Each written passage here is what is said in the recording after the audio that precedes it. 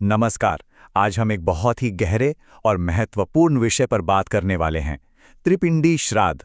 ये एक ऐसा हिंदू अनुष्ठान है, बहुत खास, जो उन आत्माओं को शांति और मुक्ति दिलाने के लिए किया जाता है जो कहीं लोगों के बीच फंसी हुई हैं। देखिए, हमारी संस्कृति में कुछ रस्में ऐसी हैं जो जीवित लोगों और उनके पूर्वजों के बीच के, कह सकते हैं कि अनदेखे धागों को जोड़ती हैं। त्रिपिंडी श्राद्ध उन्हीं में से एक बहुत ही शक्तिशाली अनुष्ठान है। इसका सीधा निशाना उन आत्माओं पर होता है जिन्हें किसी वजह से शांति नहीं मिल पाई, और इसका मकसद बस एक है, ये सुनिश्चित करना कि उनका आगे का सफर शांति से भरा हो। तो इस पूरे विषय को हम स्टेप बाय स्टेप समझेंगे।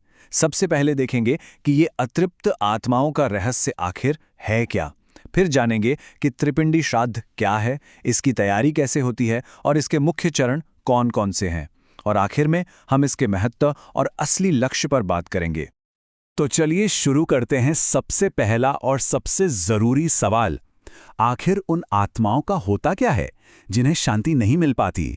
ये पूरा अनुष्ठान, ये पूरी प्रक्रिया इसी एक सवाल के जवाब और समाधान के लिए है। हमारे शास्त्रों में एक अवस्था का जिक्र है, प्रेत योनि। माना जाता है कि जिनकी मृत्यु अप्राकृतिक हो या जिनके अंतिम संस्कार सही ढंग से न हुए हों, उनकी आत्माएं इसी अवस्था में अटक जाती हैं। ये आप समझ लीजिए एक तरह की बेचैन और अधूरी स्थिति है, जहां वो बस अपनी मुक्ति का इंतजार करती रहती हैं। और बस ठीक इसी जगह पर त्रिपिंडी श्राद्ध की जरूरत पड़ती है। ये कोई आम अनुष्ठान नहीं है, बल्कि एक खास प्रक्रिया है जिसे सिर्फ और सिर्फ इन्हीं भटकती हुई आत्माओं की मुश्किल को हल करने के लिए बनाया गया है। अब एक दिलचस्प बात यह है कि त्रिपिंडी श्राद्ध दूसरे अनुष्ठानों से अलग कैसे है। जैसे एक और अनुष्ठान है नारायण बलि। वो उनके लिए किया जाता है जिनकी मृत्यु अप्राकृतिक कारणों से हुई हो, मान लीजिए कोई दुर्घटना या आत्महत्या। लेकिन त्रिपिंडी श्राद्ध ये खास तौर पर उन पूर्वजों के लिए है जो एक नहीं बल्कि कई पीढ़ियों से प्रेत योनि में फंसे हुए हैं। मकसद है उन्हें उस अवस्था से आजाद कराना। इसकी एक और खासियत है, ये अनुष्ठान सिर्फ एक तरह की आत्मा के लिए नहीं है। ये सात्विक मतलब शुद्ध, राजसिक मतलब ऊर्जा से भरी हुई, और तामसिक मतलब अंधकारमय, इन तीनों ही तरह की प्रवृत्तियों वाली आत्माओं को मुक्ति दिलाने के लिए किया जाता है। इससे इसका जो दायरा है वो बहुत बड़ा हो जाता है। तो ये तो हुई इसकी थ्योरी। अब जरा इसके प्रैक्टिकल पहलुओं पर आते हैं।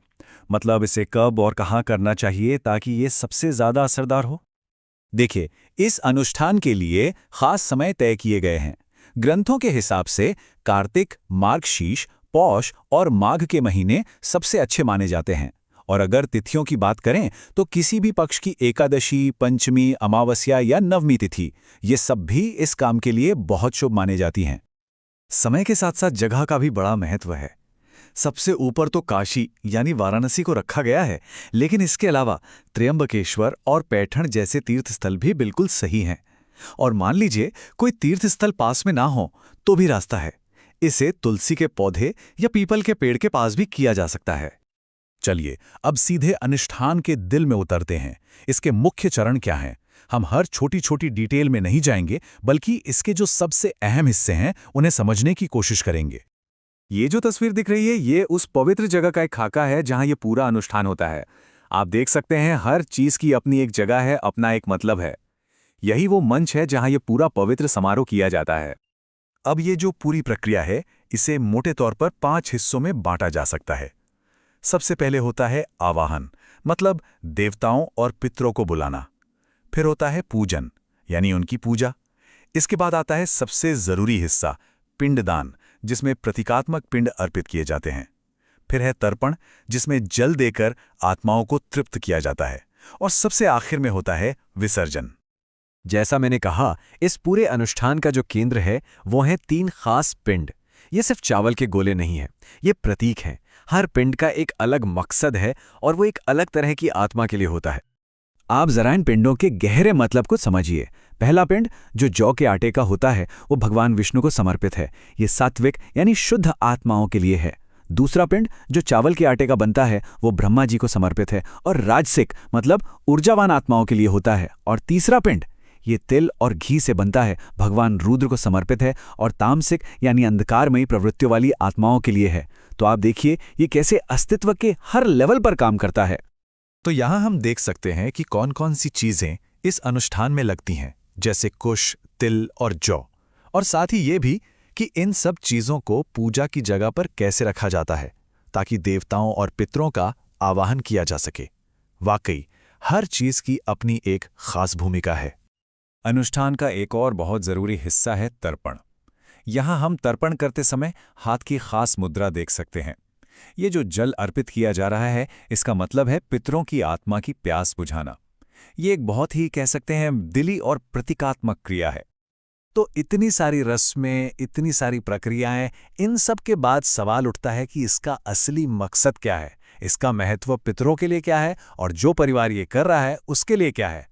सबसे पहला और सबसे बड़ा लक्ष्य है सद्गति दिलाना। सद्गति का मतलब है मुक्ति का रास्ता, या कह लीजिए अस्तित्व की एक बेहतर स्थिति। इस पूरे अनुष्ठान का बस एक ही मकसद है, उन परेशान आत्माओं को उस भंवर से निकालना जिसमें वो फंसी हुई हैं और उन्हें शांति की तरफ आगे बढ़ाना। और हाँ, ये अनुष्ठान सिर्फ पूर्वजों के लिए ही नहीं है। ऐसा माना जाता है कि जो वंशज जिसे करते हैं उन्हें भी इसका फायदा मिलता है। कहते हैं कि इससे पितरों से जुड़े कष्ट दूर होते हैं, जिंदगी में आ रही रुकावटें हटती हैं, परिवार में शांति आती है और सबसे बढ़कर अपने वंश के प्रति अपना फर्ज पूरा करने का एक सुकून मिलता है। और ये सब हमें एक बहुत गहरे सवाल पर लाकर खड़ा कर देता है। त्रिपिंडी श्राद्ध जैसी रस्में हमें ये एहसास दिलाती हैं कि हमारा वंश और हमारी यादें कितनी ताकतवर हो सकती हैं। तो सोचने वाली बात यह है कि हम जिस तरह से अपने पूर्वजों को याद करते हैं, क्या वो हमारे आज को, हमारे वर्तमान को किसी तरह से प्रभावित करता है? ये एक ऐसा सवाल है जो हमारी परंपराओं और आज की जिंदगी के बीच के रिश्ते पर सोचने को मजबूर करता है।